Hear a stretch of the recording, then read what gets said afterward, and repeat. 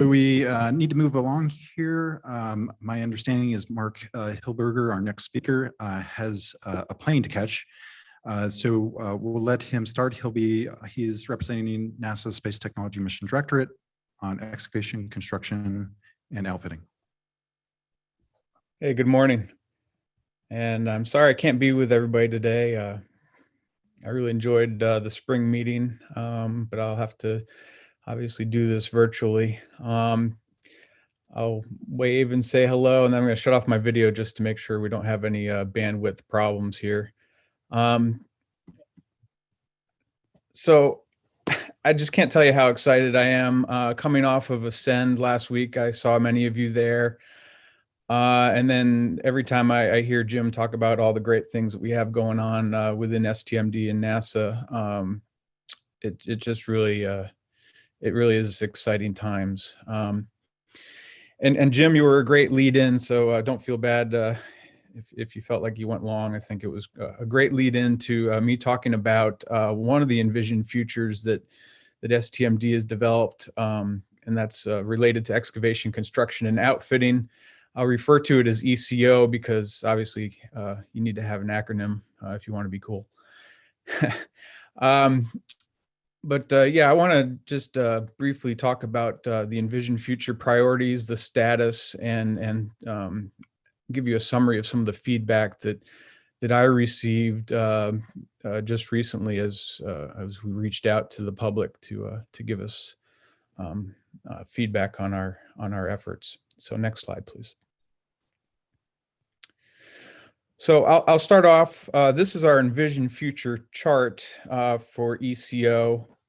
And the ECO portfolio is targeting technologies and capabilities that will enable us to develop all the necessary lunar infrastructure, such as towers, roads, landing pads, and habitable buildings utilizing in situ resources. And many of you are probably familiar with this chart.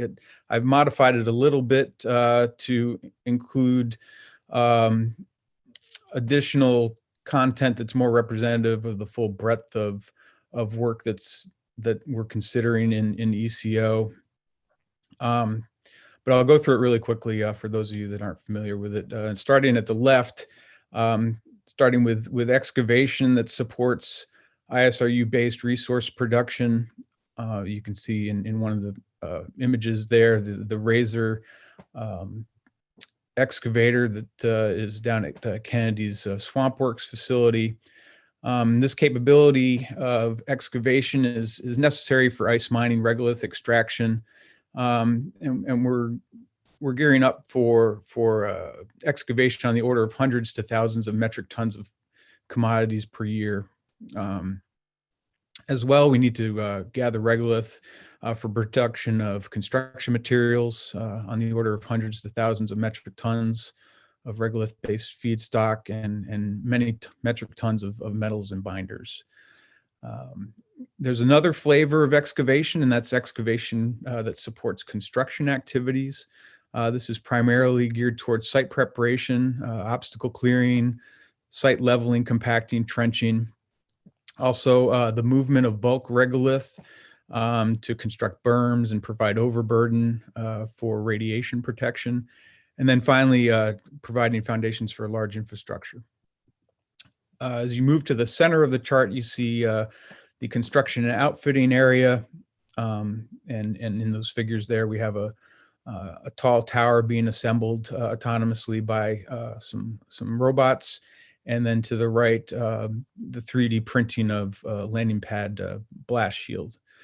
So we're targeting, as I mentioned earlier, assembly of tall towers for both solar power generation, but also communications and navigation. Landing pad construction for clips and human lander systems, unpressurized structures that can evolve to single and then multi-level pressurized habitats. And then as well, all the outfitting that's required to turn these structures into functioning systems, such as outfitting of wiring harnesses for power and data, and then also all the plumbing and systems associated with ECLS systems.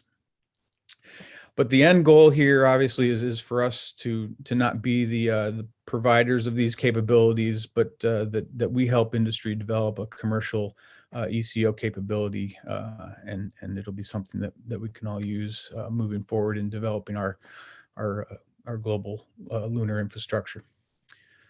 Next slide. So that was sort of a, simple image of our envisioned future. There's an 18-slide package associated with ECO that we refer to as the EFP, the Envisioned Future Priorities Package.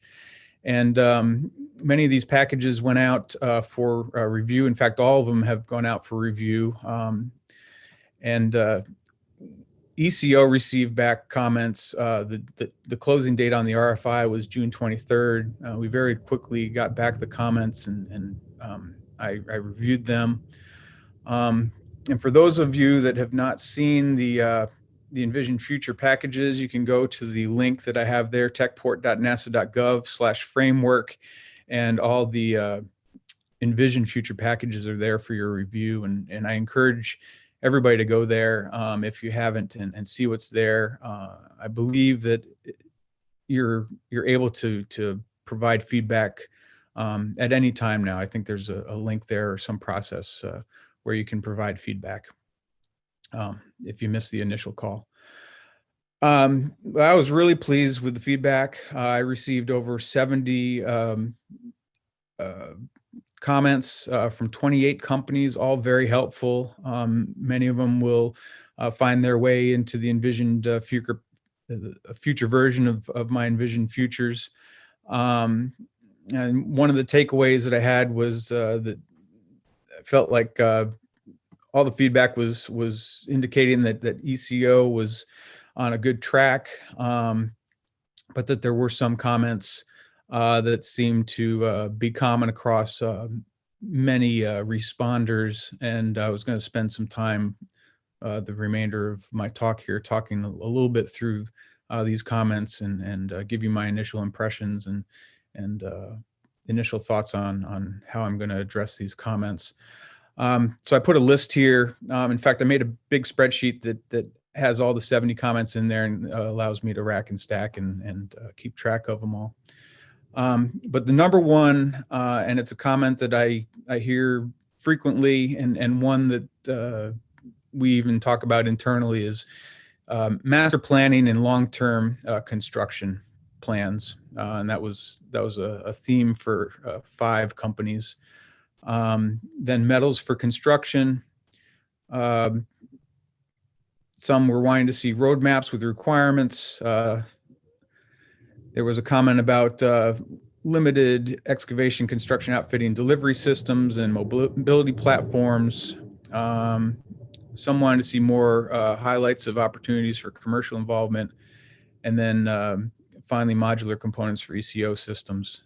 Obviously, there's a lot more comments, but these were, I thought, probably some of the more important ones. And it wasn't that these weren't in the envisioned futures. It was that in many cases, I think they weren't emphasized as much as maybe industry wanted to see. So if you go to next slide, I'll start to go through these comments in more detail. And if we have time at the end for questions before I go, I'd like to get feedback. Otherwise, please encourage everybody to put questions in, and I'll get to the questions when I return back from my trip. So first few comments, I lumped 3 of them together because they're all related to mobility platforms, delivery systems. And as I was alluding to earlier, we did have some of that content identified, but it wasn't really emphasized maybe enough. One thing that was emphasized in the comments was this idea that modularity is extremely important, not only from the point of view of reconfigurability, but also repairability of systems. And that's something that we definitely agree with. And it's something that we have had in our plans for some time, but they are more detailed plans and just didn't quite make it into the envisioned futures. So you can see some of the notes there associated with the comments.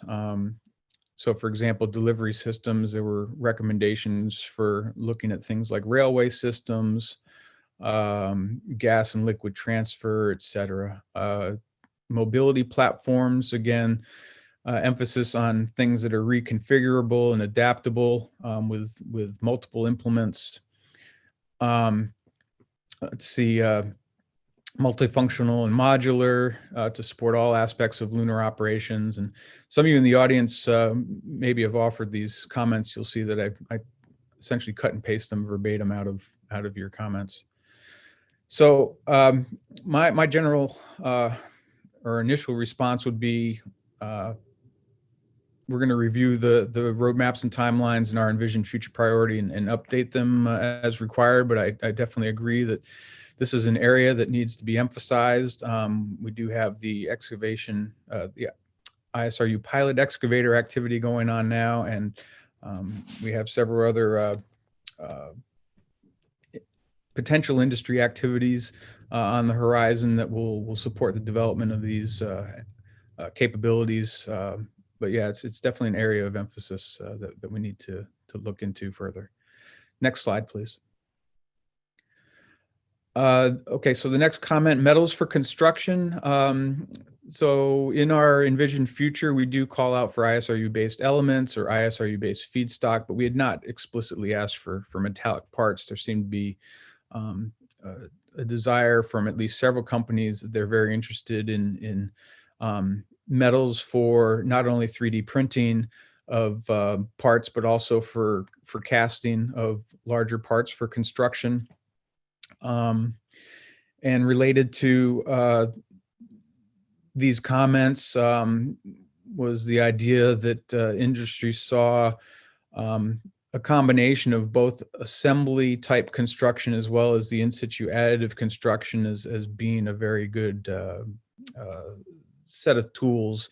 It resonated well with industry that we would approach multiple ways of doing construction on the lunar surface.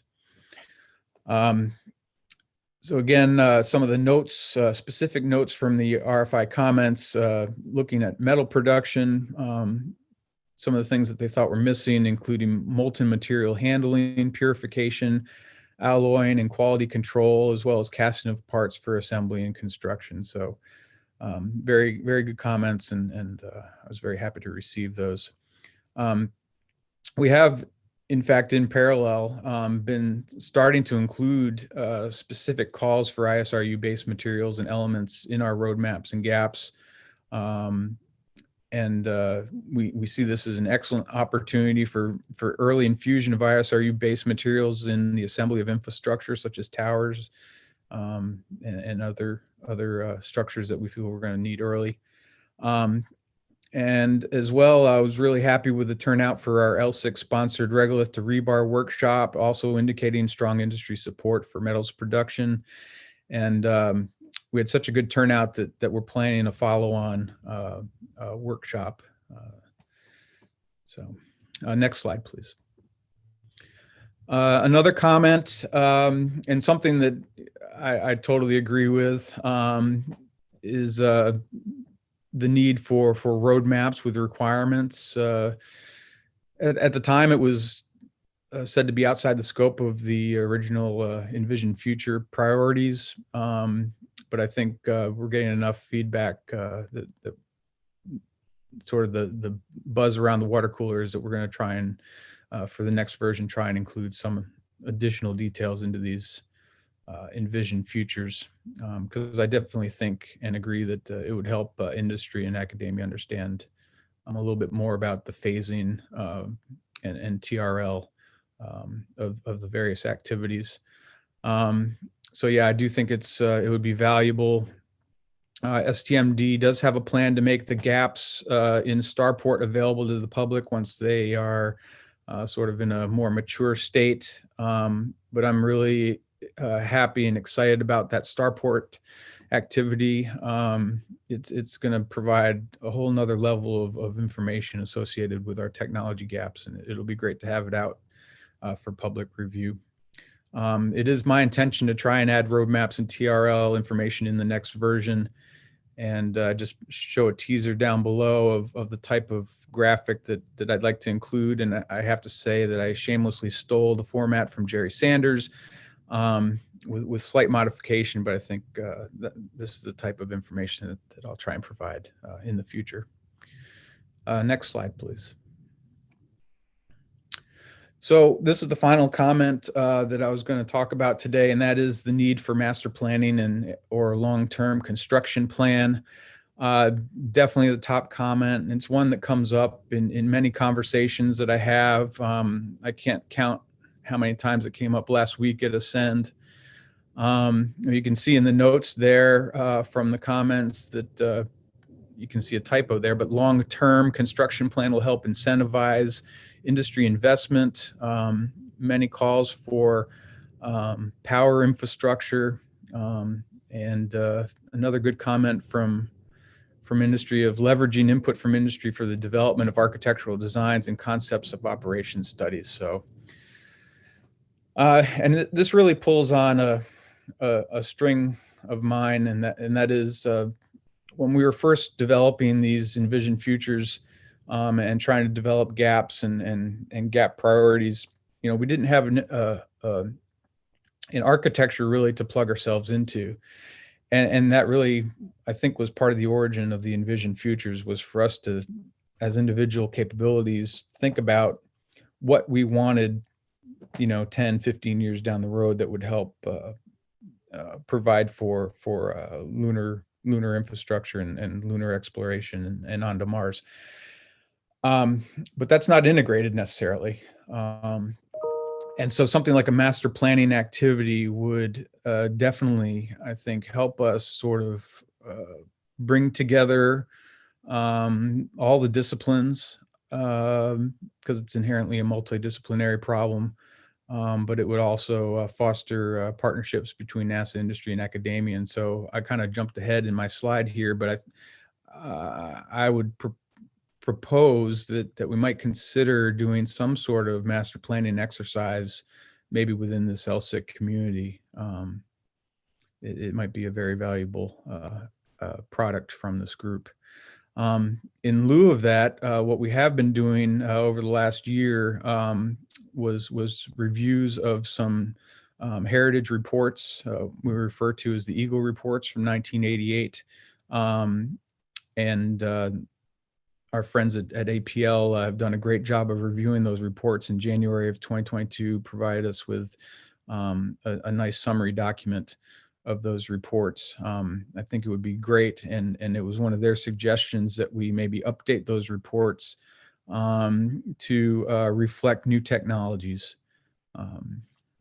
But I think really, I think we should give some good thought to possibly looking into a master planning exercise. I think that would be potentially very beneficial. Final slide, please. So final remarks, just couldn't have been happier with the progress this year. The RFI responses for the Envision Future packages have been very, very helpful. And so thanks to all that have been involved in doing that. And if you haven't provided any comments or want to get involved, please go to that website and find us. The Excavation Construction Working Group and some of the other working groups have been very supportive in reviews, studies, and workshops. And I can't wait for this next year. And I had to put down the word momentum because coming out of Ascend and listening to this workshop, I just feel like we're growing a tremendous amount of momentum. Everybody that we talk to at these meetings is just so excited about what's going on. And so, yeah, I'm just thrilled to death here. Looking ahead for this year, definitely want to have follow-up conversations with all the RFI responders. Looking forward to some additional cross-discipline workshops through LSIC, including the follow-on to regolith to rebar. We're also planning a combined excavation, construction, and autonomy robotics workshop. I guess that would be a extreme access LSIC group. Hoping to get the roadmaps and gaps out for public review sometime. let's see. And another thing that I'd like to be doing is define a series of system level demos. I think that is very much in line with one of the LSIC findings that was reported on yesterday. I think it's important to start thinking about how we can collaborate across different discipline areas to have some meaningful system level demos. And that's all. Hopefully I saved us some time.